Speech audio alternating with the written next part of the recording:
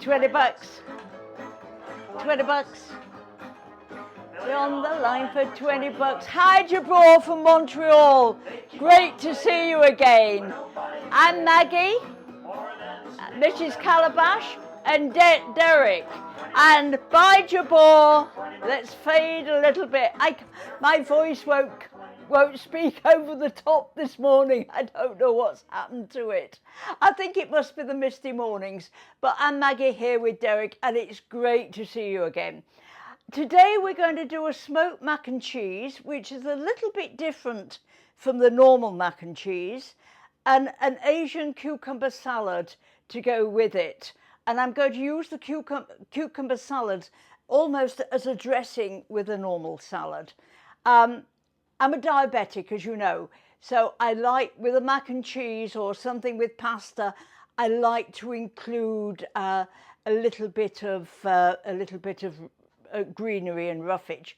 Now, to begin with, for the Asian salad, I've got lime juice, water, and salt all mixed in here, and that's going to go into that bowl like that.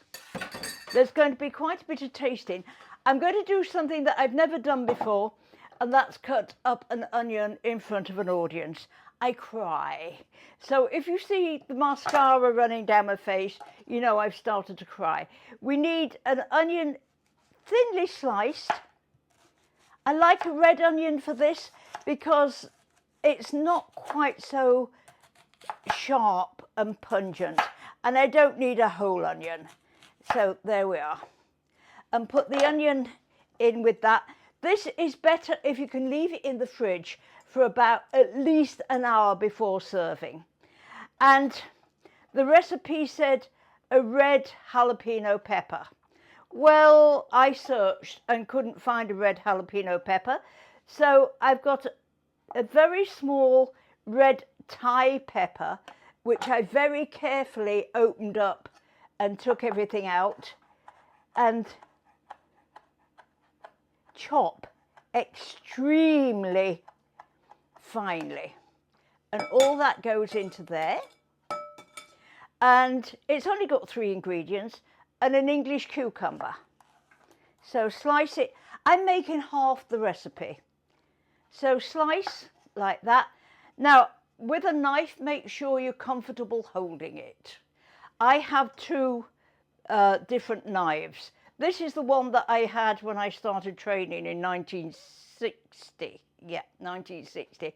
And this, because it's still carbon, and now we use a stainless steel. But I find this one a little bit big for some things. And so keep the point down and slice like that. And then you're not wasting energy. And be careful when you do what I've just done.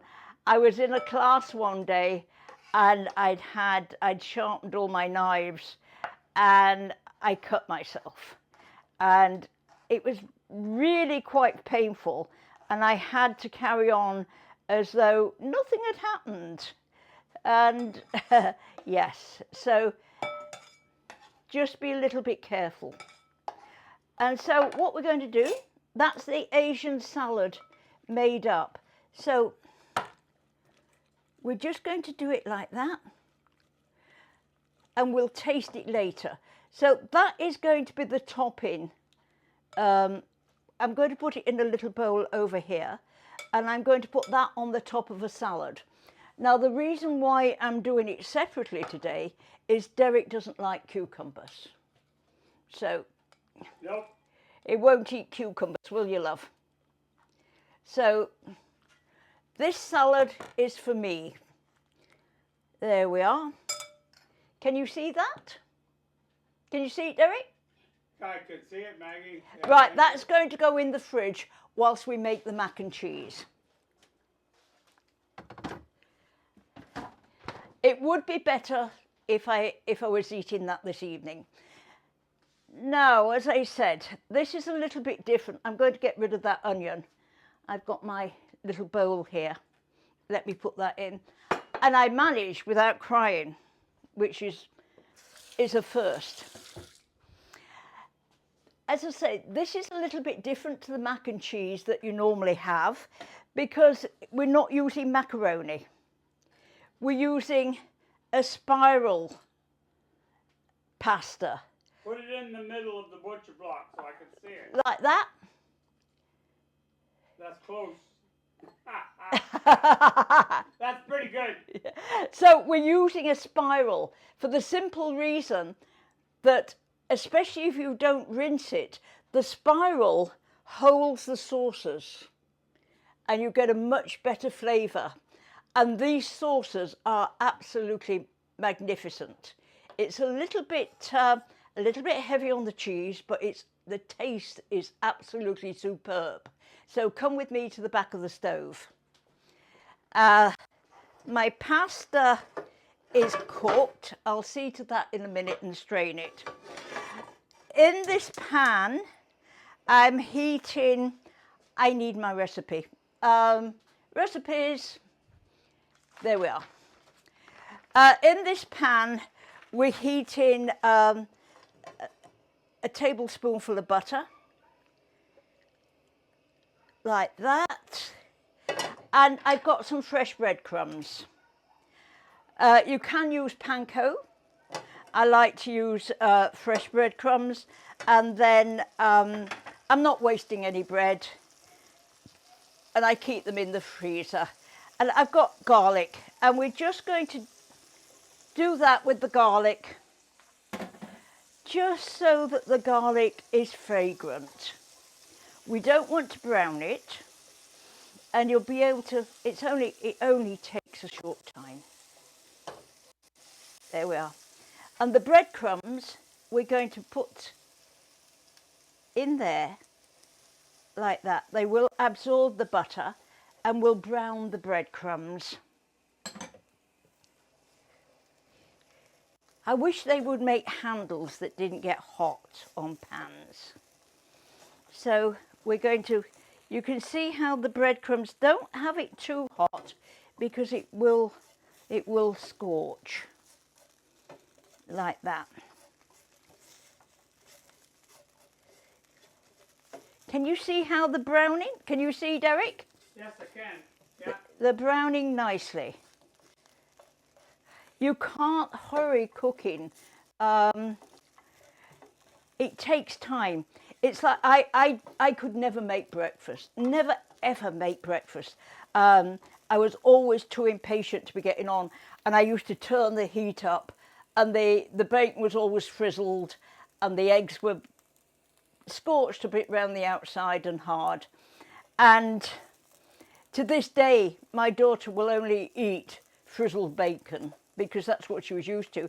And then when we had the restaurant in France, we started doing breakfast. And Kate's dad said, you can't serve your breakfast up because they'll want the money back. So I had to retrain my brain to cook slowly for breakfast. And so cooking takes time. You know, to get anything decent, it does take time. Now, that's cooked. There's a few lumps. Yeah, that's okay. That's okay. You don't mind a few lumps of breadcrumbs. Just poke them down a little bit. It's probably where they didn't emulsify quite down. So we're going back to the butcher block. I need, because I want to do this whilst the breadcrumbs are hot, because we need to melt the Parmesan cheese. And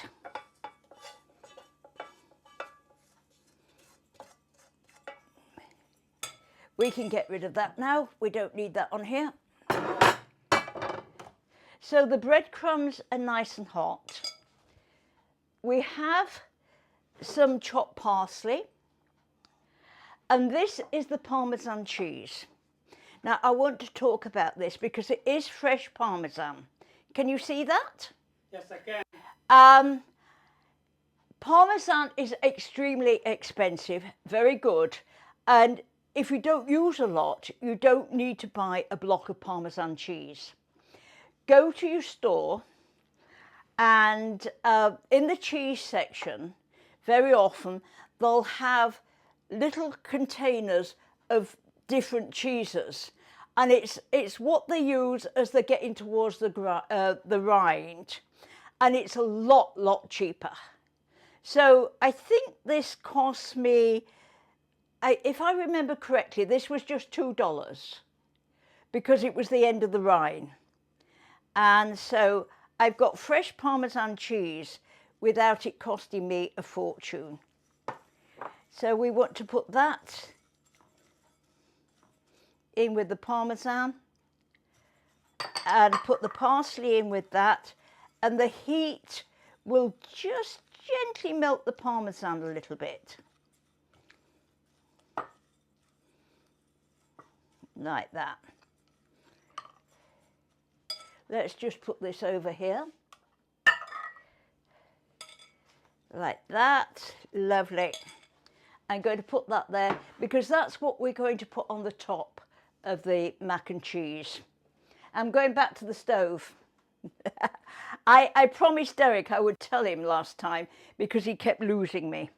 Now, in here, I've had a loaf of bread cooking that I want to serve with the mac and cheese. So I'm going back over here for a minute. Boom, boom, boom.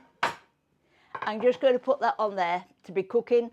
And I'm going to turn the oven on just to, so that I can melt the mac and cheese, the cheese in the, I need to put it on high. It takes time. There we are. Down a bit. There we are. Got the, I've got to get rid of that. Got the pasta cooking. And in here, we need to make the sauce. Now, it's really easy to make a good white sauce. So I've got the rest of the butter, which we need to just melt like that. And this, as I say, that's why I said it's a little bit heavy in some of the fat content, because we've got cream as well as milk. So let's just melt that. Can I lift that? No. We'll strain the pasta.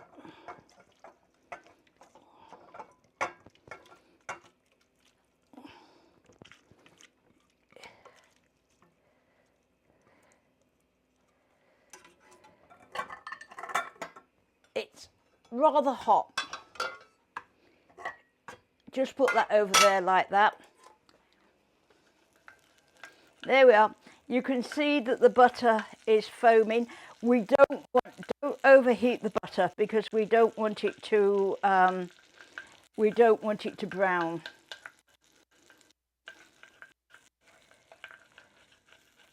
There we are. Flour. I always have a little bit of extra flour, butter and milk when I'm making a sauce, because sometimes you don't always measure just as carefully as you're supposed to, and it can be a little bit, the sauce can be a little bit too loose, or it can be a little bit too starchy, too strong, and we need to let the sauce down a little bit. But the most important thing is to add the flour, and this is called making a roux. And this is very important, this step, because we need to cook the flour. If you don't cook the flour out, it tastes raw. And also the fact that if it opens all the starch buds. So that's why you get a really good flavoured sauce. You can add a little dry mustard to this if you like. I've got garlic powder in it today instead of mustard. But this is the basis of making a sauce.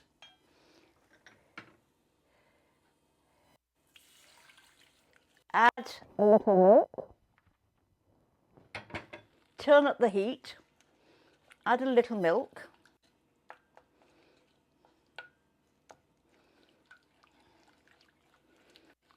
Don't worry about the lumps, they'll go. But again, this is a stage that you can't hurry. Just beat it like that. Add a drop more milk.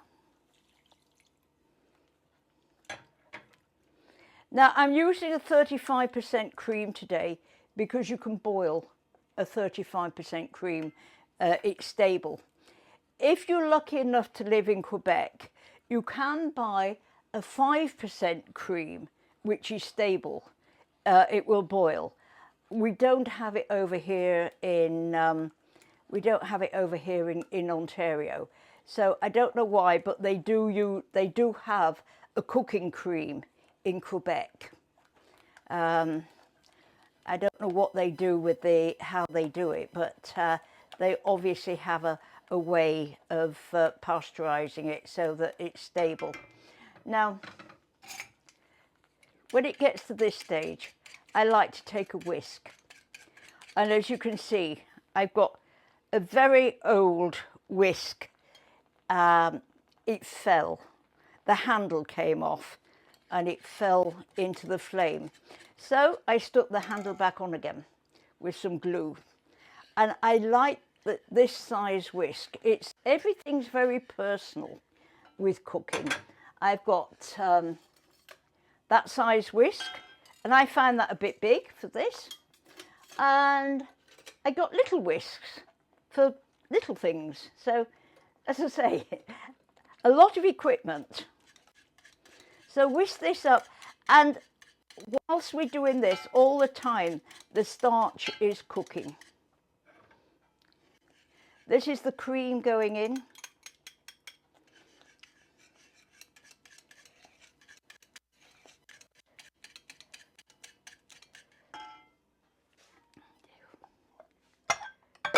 Whoa.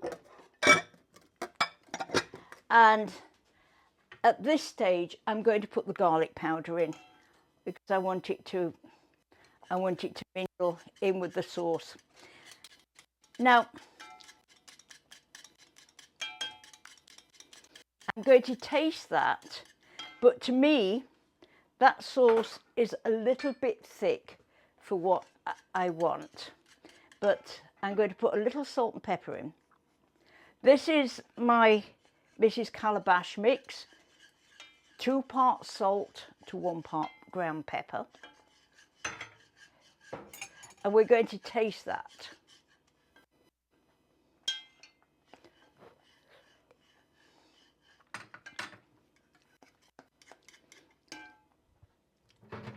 A little more, a drop more milk.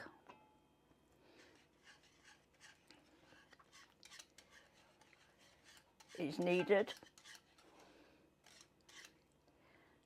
Because remember, we've got to coat quite a lot of the pasta with this.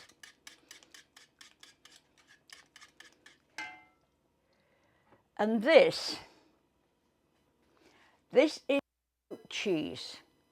This is an English cheddar cheese. And this, you can use Gouda, but that is gorgeous. A nice smoked cheese, and this is what gives it the flavour. So,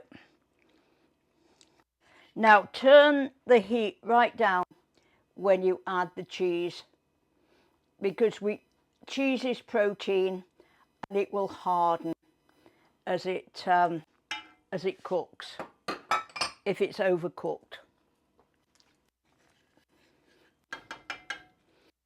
We want to stir this until There we are. All the cheese has melted.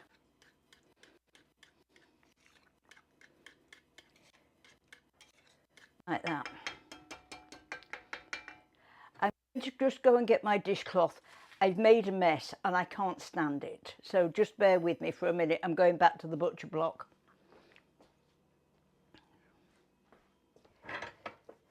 I can't.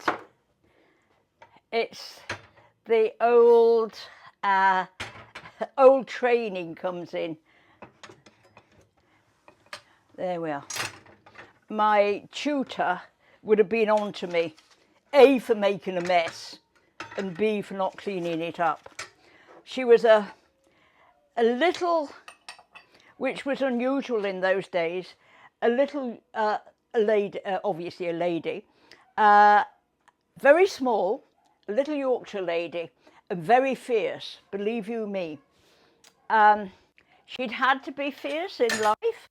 Her husband was a university lecturer, and they had twins, and he had a stroke. So it was up to Mrs. Clayton to earn the living, which was very unusual back to be the sole breadwinner back in the early 60s. And she was good, but she didn't miss a trick.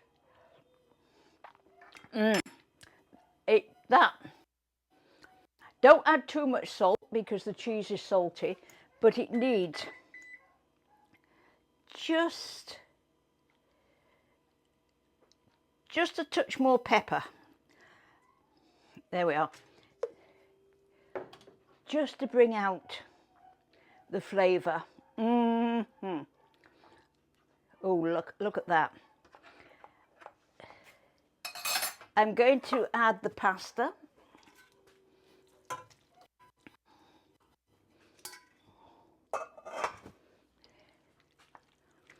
Stir the pasta like that. And then we taste it again.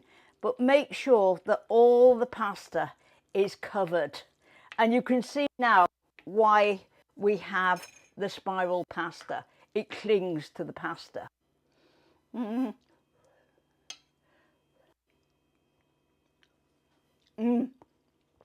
Oh gosh, that is absolutely delicious. I could just sit and eat it. Get me away from it.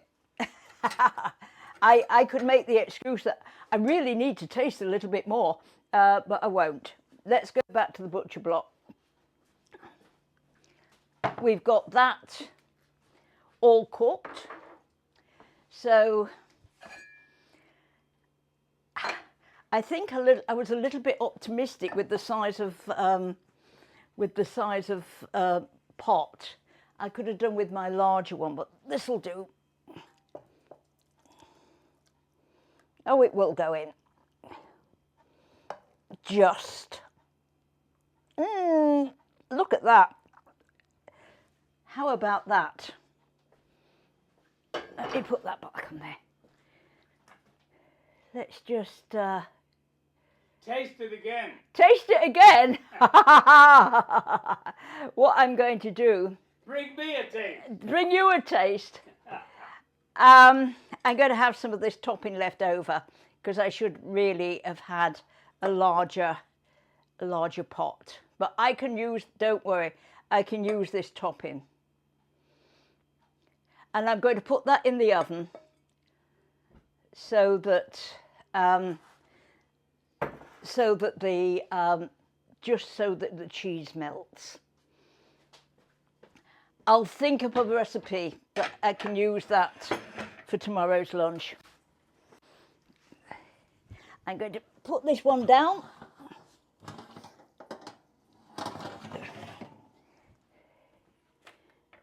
And we must keep an eye on that. Derek, remind me. What? That I've got it in the oven. The mac and cheese. And it could burn because I've got it on high. I'm going to make a little salad with this. So We've got just some cauliflower, some lettuce, shredded lettuce. And I've not made a dressing for this because I'm going to use the Asian salad with mine, and I'll probably do a ranch dressing for Derek. But or probably just oil and vinegar because it's already got the dairy. You can't have too much dairy. Let's just mix this together. We'll do a little bit of sliced tomato on the top of that. You won't be able to see me. Yes, I can. You can? Yes, perfectly. Good. Just a little bit of sliced tomato.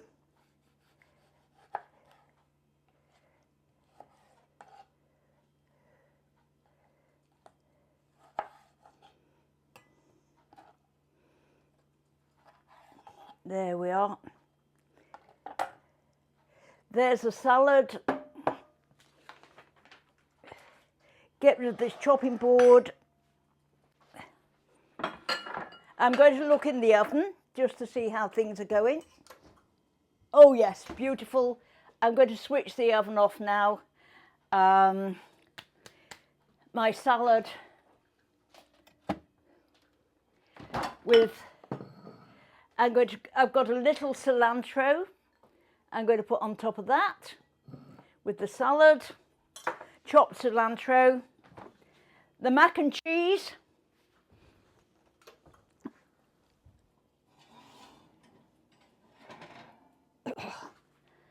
woohoo, that's all ready and hot, and I don't want to scorch the butcher block, so yay.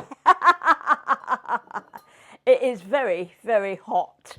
So take it out before you're ready to serve and let it stand for a few minutes. And let's just make it look a little bit pretty.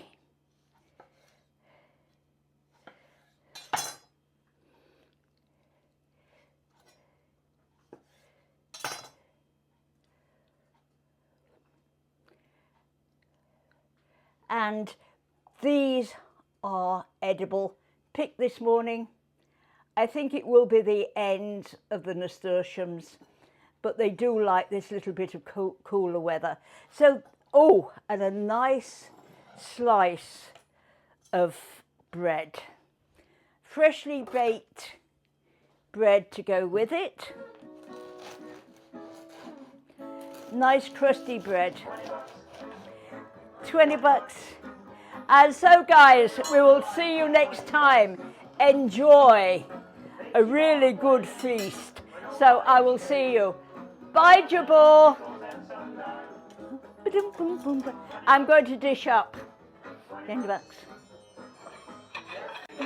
For 20 bucks.